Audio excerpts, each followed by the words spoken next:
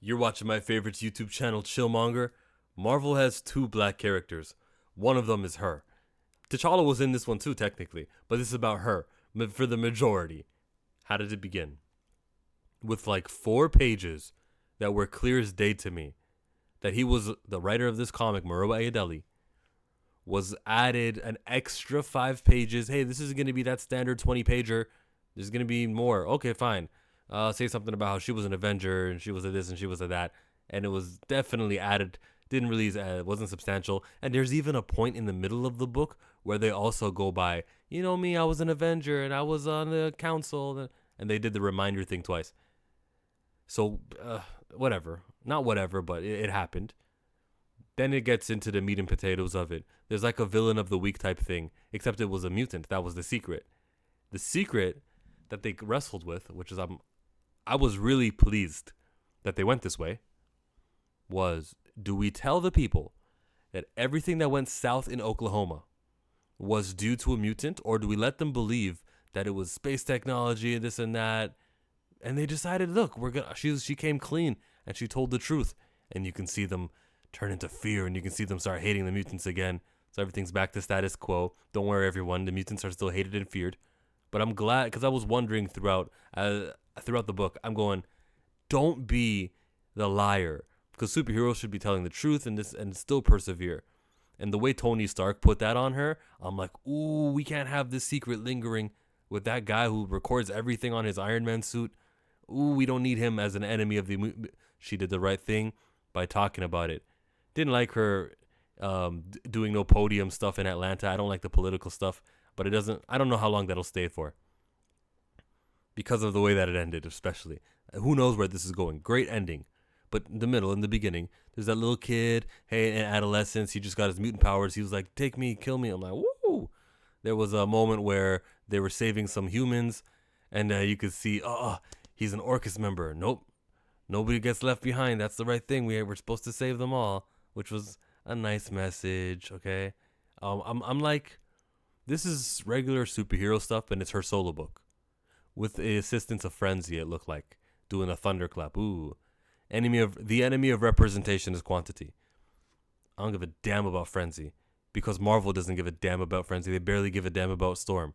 Every page and every panel that she's not assisting the Aurora Monroe elevation is a wasted page and a wasted panel. The mission, my mission, what I identify as the mission, is to counter white supremacy, and sometimes adding other characters into the Storm book, into the Black Panther book, into the is, while may sound good, look, we can elevate multiple characters, I will always disagree with, because those multiple characters aren't going anywhere. The utilize every single page to elevate the two characters we need it most. There was a lot of new eyes here. More new eyes. It was a number 1 issue. Then are going to be here for issue 10, which is the cancellation point of this comic book. What? Did Chillmonger just pessimistically predict that this gets canceled at 10? Yeah, I did. Of course I did. Why wouldn't I? The numbers suggest that. All of these books, these X-Men books they don't have, never mind, man. I don't have, we've done this before. So enjoy it. First issue before we get canceled at 10. When it came to the final page, Eternity showed up, and I was like, I don't like supers cosmics type stuff. And he actually said in an interview, he said that he wasn't going to go to space. That was one of his things. So they're going to keep it on Earth. But when Eternity shows up, I go, yeah, this is very last page worthy. It expands my mind of what the point of all of this is, and how she will have a higher purpose, what will be her role, what can she do? Because we saw a tornado kind of pierce her skin, and if she's supposed to be all this overpowered, Eternity is reaching out to her, but you can still get pierced by a wooden chip in the storm. I don't know. I'm unsure what this power up will look like. Has the power up happened, and what will it become? So it's curious. It's like big. It's everything you want it to be, but I'm also concerned about like overly powerful, worldly, eternity, phoenix things, because I don't know how do you fight that. Storm doesn't have a villain yet that they've introduced in this new comic book. There's not a new villain yet. Maybe that kid could be. You should have left me to die. Ah, Storm. No, don't worry here. I'm going to give you a hug. No. By the way, I'm super happy there was a white kid. Because I did not need another black character. No more black characters. The enemy of representation is quantity. The less there is, the less that an extra page can go to him and an extra page can go to her. Let's focus on getting Storm popular. Sync is gone. I'm not doing this again. I'm not rehashing it.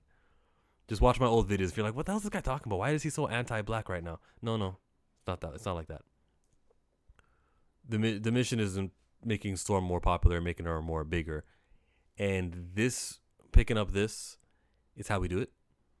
I want to tell you that Storm was spoken to Tony Stark as peers. That was important to me.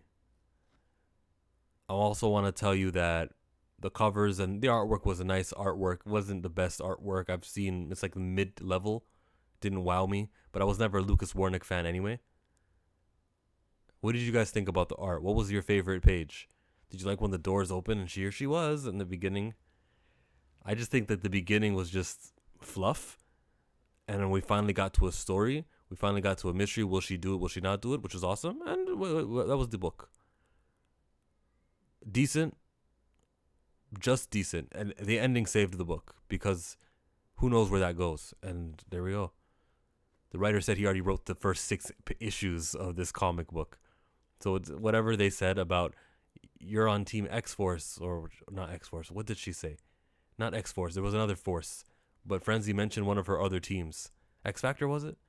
And you probably, that wasn't a long-term plan. Conductor of X, Tom Brevoort. Everyone wants to be Hickman. He had to be a something of X. All right, bro. You're not conducting Jack. It's obvious each of these X-Men books are on their own world with their own issues, and they're not going to mix.